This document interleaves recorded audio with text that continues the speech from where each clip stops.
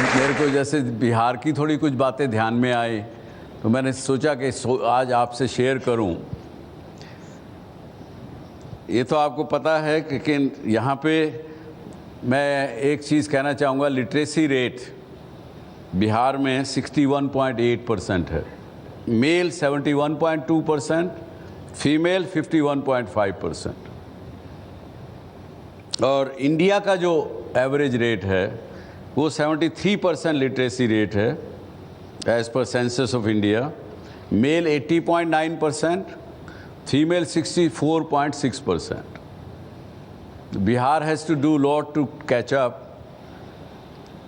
इसके अलावा, इसके बावजूद कि लिटरेसी का माने देश में हमारे संविधान में केवल यही है कि जो आदमी अपना नाम लिख सके, पढ़ सके, वो लिटरेसी एक्चुअल में है नहीं। अगर सही में लिटरेसी अगर का मीनिंग देंगे तो ये संख्या और भी कम आ जाएगी, परसेंटेज और भी कम आ जाएगी। एक विडंबना और देखिए, ये बात इसलिए कह रहा हूं, जब हमने प्रश्न आज किया कि we have learned hard way, इस कार्यक्रम के माध्यम से मैं ये बिहार के लोग, बिहार में हूं तो बिहार की बात कुछ ना कुछ करना चाहिए, ऐसा मैं अपना फर्ज मानता हूं।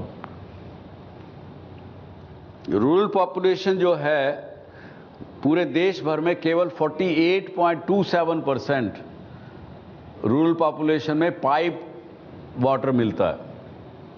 Long way to go. देश भर में आधे लोगों को ठीक से पानी, ढंग का पानी नहीं मिलता, लेकिन बिहार में ये संख्या, परसेंटेज केवल 5.7%, 5.77%। ये आंकड़े हैं नेशनल स्टैटिस्टिक्स ऑर्गेनाइजेशन के। We have lot to catch up this. I hope our political leaders do understand and learn it and do something, start doing something for the common people। और इससे आगे अगर पूछेंगे ना तो बहुत ही ज़्यादा भयावह स्थिति है। 76% of the household do not have any toilet। 76%। तो खैर ये भी चीज़ें we are learning hard way. लेकिन इसके साथ अगर बात करेंगे, हमारे बीच में एक आदमी हैं आज, मेहमान हमारे बीच में। मुझे नहीं पता आप में से कितने लोग उनको जानते होंगे, कितने नहीं जानते होंगे। मानव, ये 35 वर्ष के इस समय हैं,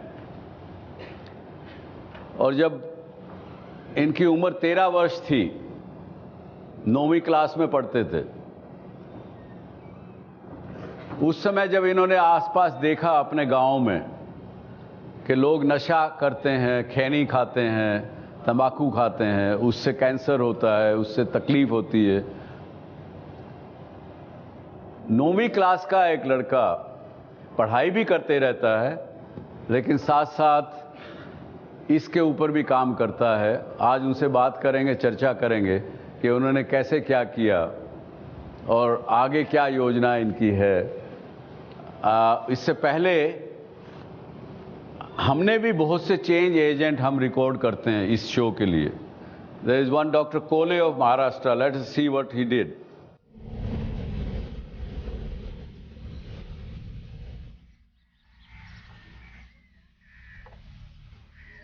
महाराष्ट्र के मेलघाट जिले के बेरागढ़ गांव में इस छोटी सी कुटिया को देख शायद ही आप यकीन कर पाएं कि इसमें इस जिले के सबसे नामी डॉक्टर रहते हैं। डॉक्टर रविंद्र कोहले पिछले 30 सालों से इस इलाके के हजारों लोगों को न सिर्फ बीमारियों से मुक्त करा रहे हैं, बल्कि कई अंधविश्वासों से भी आजाद कराने में मदद कर रहे हैं। अपनी एमडी की पढ़ाई पूरी करने के बाद 9 फरवरी 1985 को डॉक्टर कोहले पहली बार बेरागढ़ आए।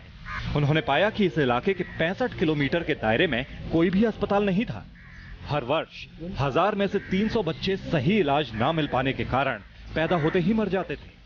यही सब देख डॉक्टर कोहले ने फैसला किया कि उनकी जरूरत किसी बड़े शहरी अस्पताल से कहीं ज्यादा इस गांव में है। वो मुझे चैलेंजिंग लगा कि जहाँ लोगों को सुविधा नहीं है, where there is no doctor, तो वहाँ जाके मैंने प्रैक्टिस करना चाहिए। और मेरे आने के बाद में दिल में डर ये था कि लोग मेरे पास आएंगे नहीं, आदिवासी अंधश्रद्धालु होते हैं, वो ट्रीटमेंट के लिए आएंगे नहीं और दवा गोली का इलाज वो नहीं करेंगे, वो अपने भगत भूमिका से ही इलाज करेंगे। लेकिन वैसा नहीं हुआ। मेरे आने के बाद में पहले दिन से ही मेरे पास पेशेंट आना शुरू हुए और थोड़े ही दिनों में मेरे पास भीड़ इकट्ठी होने लगी, क्योंकि वो लोगों की ज़रूरत थी। ये डॉक्टर कोहले की मेहनत का ही नतीजा है कि जहां पहले इस इलाके में केवल 4 डॉक्टर थे, वहीं आज यहां 70 डॉक्टर हैं, 11 आरोग्य केंद्र हैं और मोबाइल डिस्पेंसरी भी है। जहां पहले हर 1000 शिशुओं में 300 की मौत हो जाती थी, वहीं आज मृत्यु दर केवल 60 रह गई है।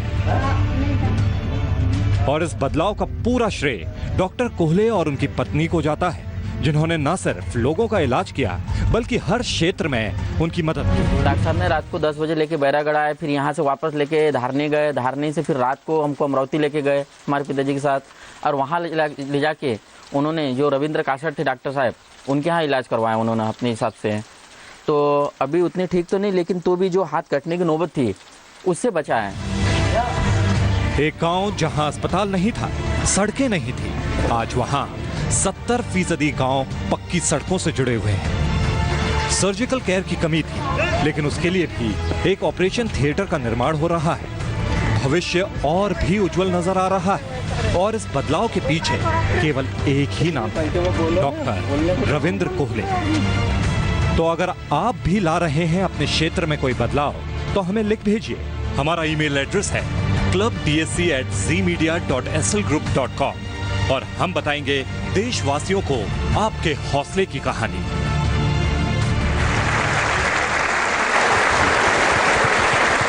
जो भी चेंज मेकर हैं इस देश में, क्या है, 2 तरह के लोग हैं, चेंज सीकर्स और चेंज मेकर्स।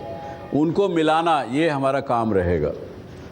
और आज का दूसरा सब्जेक्ट ये भी था, अभी तो हम पहले सब्जेक्ट पे हैं कि क्या what have you learn hard way, लेकिन दूसरा सब्जेक्ट ये भी है कि क्या हमने कुछ ऐसा किया है रिसेंटली जिसमें मुझे अपने आप पर गर्व हो।